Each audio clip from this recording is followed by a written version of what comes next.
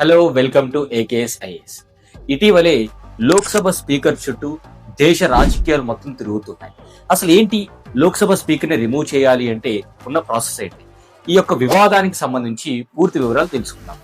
ఇటీవలే అపోజిషన్ సభ్యులందరూ కూడా దాదాపు 118 మంది లోక్సభ స్పీకర్ ని రిమూవ్ చేయాలి అని చెప్పేసి లోక్సభ సెక్రటరీ జనరల్ కి లెటర్ ఆఫ్ ఇంటెంట్ అనేది ఇవ్వడం జరిగింది. లోక్సభ స్పీకర్ ఓం బిర్లా అనేటువంటి వ్యక్తి కేవలం అధికార పక్షానికి మాత్రమే ఆయన ఎక్కువగా అవకాశం ఇస్తున్నారు అండ్ అపోజిషన్ లీడర్స్ కి సరిగా టైం ఇవ్వట్లేదు, పక్షపాతాన్ని వ్యవహరిస్తున్నారని చెప్పేసి ఆయన్ని రిమూవ్ చేయాలి అని ఈ యొక్క లెటర్ ఇవ్వడం జరిగింది.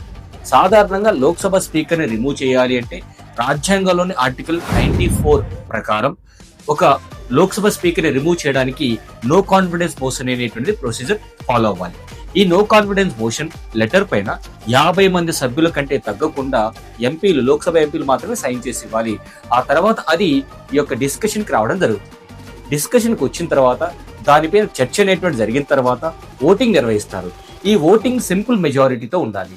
సో సింపుల్ మెజారిటీ అంటే ఇక్కడ సభ మొత్తం స్ట్రెంత్ లో 50% +1 ఎవరైతే ఈ యొక్క రెజల్యూషన్ కి సపోర్ట్ చేస్తారో అప్పుడు స్పీకర్ ని రిమూవ్ చేయడం జరుగుతుంది.